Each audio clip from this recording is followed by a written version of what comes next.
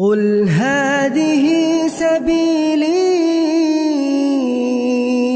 أدعو إلى الله. Assalamualaikum warahmatullahi wabarakatuh. Alhamdulillah kita ketemu lagi di channel pemberantas kemaksiatan kaum muslimin. Dan seperti biasa, sebelum masuk ke pembahasan, kami ingatkan untuk kaum muslimin yang belum subscribe ke channel ini, silahkan subscribe untuk mendapatkan notifikasi ketika ada video-video terbaru yang kita upload di channel ini. Dan untuk yang sudah subscribe, kami ucapkan jazakumullahu khairan katsira. Dan kaum muslimin, kita kembali membahas seputar Banser, di mana kemarin perwakilan dari Banser tampil di TV One untuk mengklarifikasi tentang pembubaran kajian Ustadz Dr. Syafiq Reza Basalamah di Surabaya. Dan ada satu hal yang menarik untuk kita bahas dari penyampaian pihak Banser tentang dakwah Salafi atau yang mereka sebut dengan Wahabi. Dan lagi-lagi alasan klasik yang berupa tuduhan-tuduhan belaka yang mereka jadikan alasan untuk membubarkan kajian Ustadz Dr. Syafiq Reza Basalamah dan kajian-kajian yang lain pada umumnya. Di antaranya adalah tuduhan bahwa dakwah Salafi ini adalah dakwah yang sedikit-sedikit mengharamkan, sedikit-sedikit membid'ahkan, sedikit-sedikit menyesatkan, dan bahkan disebutnya bahwa dakwah Salafi ini menjadi pintu masuk terorisme. Karena beberapa kali kita melihat kajiannya Syafiq Reza Basalamah ini sudah tidak sesuai dengan dengan kajian-kajian keislaman yang sudah diwariskan dan dengan kondisi keislaman yang ada di Indonesia. Contohnya? Contohnya misal, salah satunya pernah di video itu menyebut tentang non-muslim. Dia bilang tidak boleh berteman dengan non-muslim. Lalu bagaimana kemudian agama yang diakui di Indonesia menurut Undang-Undang 45 ini ada 6. Terus yang kedua, pernah di suatu video beliau mengatakan bahwa berzikir itu nyanyian yang rame-rame gitu. Moro-moro dikit-dikit menyesatkan, dikit-dikit mengharamkan. Bagaimana kemudian menurut laporan BNPT itu rata-rata orang yang masuk di jaringan teroris itu pintu masuknya dari ini aliran Salafi Wahabi gitu. Yang dikit mengharamkan, kafir, bid'ah dan yang lain-lain, halal darahnya kalau tidak salah. Nah, sebenarnya ini adalah tuduhan klasik ya kaum muslimin ya. Dari dulu tuduhan-tuduhan mereka terhadap dakwah sunnah ya seperti itu ya.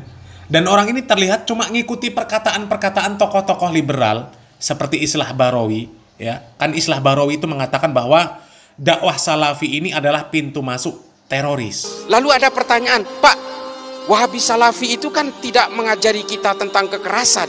Iya dek, memang iya. Memang iya, di situ tidak mengajarkan kekerasan. Tapi lihat produk akhirnya. Yang ditahan oleh Densus hari ini sama usul fikihnya dengan orang-orang yang diyakini dari Wahabi Salafi itu. Kalau kalian mengharamkan musik, teroris yang dipenjara hari ini juga mengharamkan musik.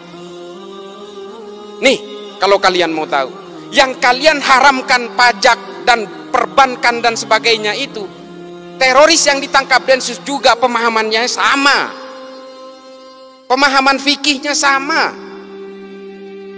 Ini loh, kalau kalian itu sekarang tidak mau menyanyikan lagu Indonesia Raya, hormat bendera dan sebagainya, mengharamkan wayang dan sebagainya, itu loh, teroris yang dipenjara itu juga sama. Nah kaum muslimin, itu tadi ocehan dari Islah Bahrawi yang entah kapan itu ngocehnya, sudah lama. Tapi tidak terbukti, ocehan Bahrawi itu tidak terbukti. Bahkan sangat mudah kalau untuk membalikkan omongan si Bahrawi ini. Coba lihat para penyerang umat muslim di Palestina lah sebagai contoh. Mereka adalah orang-orang yang menghalalkan musik, menghalalkan khamr, bahkan menghalalkan semua yang disebutkan oleh Islah Bahrawi yang katanya diharamkan oleh Salafi Wahabi. Ya. Mereka yang menyerang umat muslim di Palestina bukan Salafi Wahabi. Ya, bukan. Kemudian lihat juga pesantren-pesantren yang di sana ada kasus macam-macam, yang terjerat kasus macam-macam. Ya, salah satunya yang di Kediri kemarin sajalah. Apakah mereka berfaham Salafi Wahabi? Bukan. Bukan. Malah tidak ada sama sekali pondok pesantren yang disebut milik Salafi Wahabi yang bermasalah. Nggak ada. Jadi jangankan mau jadi teroris. Di sana merokok saja dilarang. Rokok itu haram. Karena selain membahayakan diri sendiri, juga membahayakan orang lain. Nggak boleh membahayakan diri sendiri, apalagi orang lain. Kemudian berdasarkan sunnah Nabi Muhammad SAW, kalau ada gangguan sekecil apapun di jalan, sampai ranting yang ada di jalan, itu disuruh menyingkirkan. Ya, karena itu sebuah kebaikan. Dan itu diajarkan di dakwah salafi. Ranting yang ada di jalan saja suruh menyingkirkan. Karena bisa membahayakan orang yang mau lewat. Kemudian bagaimana mau neror? Apalagi bom sana bom sini, mustahil. Ya.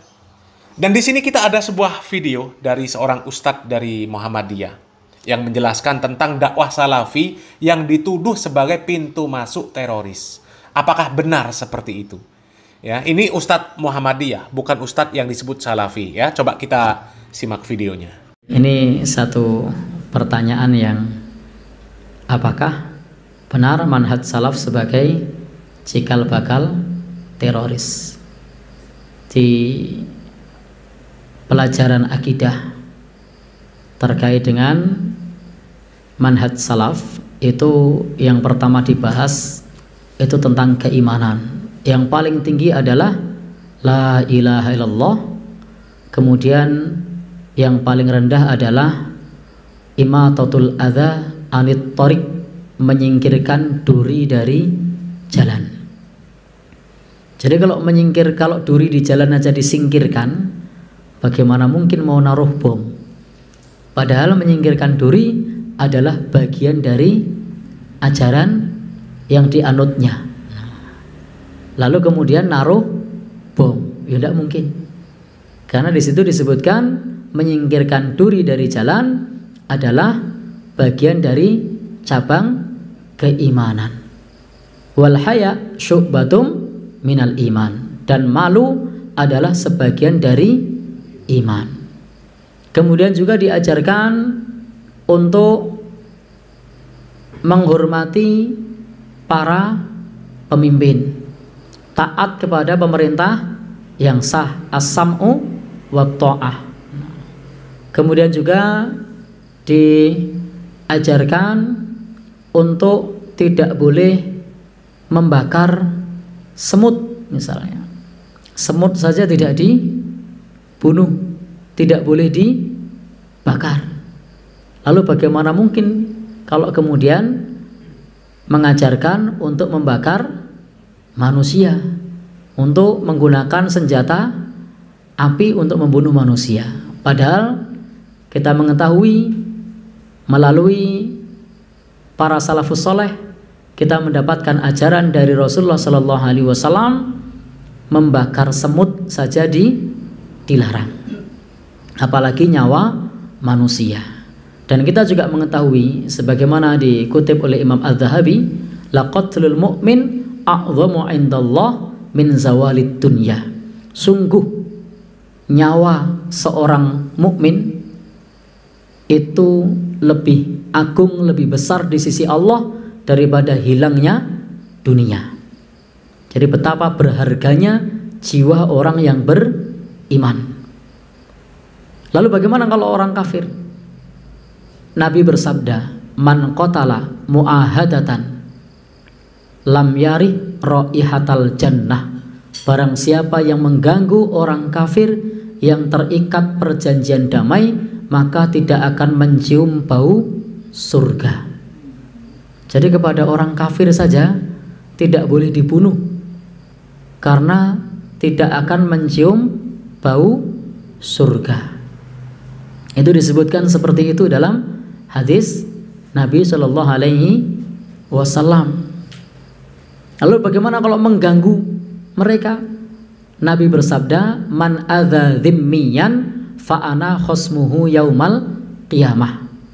Barang siapa yang mengganggu orang kafir dhimmi, orang kafir dhimmi itu orang beda agama yang ada di sekitar kita, yang tunduk kepada penguasa yang sah. Maka barang siapa mengganggu orang dhimmi, maka akan menjadi musuh Nabi pada hari kiamat. Hadis-hadis inilah yang dipelajari di dalam manhaj salaf dari Nabi Shallallahu Alaihi Wasallam. Maka Ini adalah ajaran yang sangat mulia, yang jauh dari kekerasan, yang jauh dari pertumpahan darah. Bahkan disebutkan innad dima'akum wa amwalakum wa a'radakum haramun alaikum. Sesungguhnya darah, sesungguhnya harta, sesungguhnya kehormatan haram bagi kalian. Ini adalah nas yang tegas yang kita peroleh dari Nabi Shallallahu Alaihi Wasallam melalui para salafus soleh. Maka insya Allah ketika kita beragama, at-tamassuku bima kana alaihi ashabu Rasulillah, berpegang teguh dengan apa yang dikerjakan, dipahami oleh para sahabat Rasulullah Shallallahu Alaihi Wasallam, insya Allah itu adalah akidah yang lurus. Wallahu alam bishawab. Cukup jelas dan gamblang kaum muslimin ya. Jadi yang dikatakan oleh perwakilan Banser tadi itu cuma tuduhan-tuduhan belaka. Dan itu tuduhan-tuduhan klasik yang dihembuskan sejak dulu, tapi tidak pernah terbukti. Bagaimana bisa disebut sebagai pintu masuk teroris? Ya. Bagaimana bisa disebut bahwa dakwah salafi ini adalah pintu masuk teroris? Sedangkan yang tadinya perokok kuat, begitu ikut kajian salafi, jadi faham bahwa rokok itu membahayakan diri sendiri dan orang lain. Kemudian mereka meninggalkan. Kemudian duri di jalan yang dapat membahayakan orang lain diperintahkan untuk menyingkirkan. Yang lewat di jalan itu kan bukan cuma muslim saja, bukan cuma manusia saja. Orang kafir pun lewat. Tapi tetap saja yang namanya menyelamatkan manusia dari bahaya itu adalah sebuah kebaikan yang diajarkan dalam agama Islam. Binatang yang lewat di jalan tidak boleh kita mengganggunya. Kecuali binatang tersebut membahayakan, barulah boleh. Itu pun harus sesuai aturan. Harus sesuai aturan. Tidak boleh kita menyiksa mereka, tidak boleh. Lalu dari mana kemudian bisa dikatakan bahwa dakwah salafi itu adalah pintu masuk sebagai teroris? Jadi itu cuma tuduhan-tuduhan saja.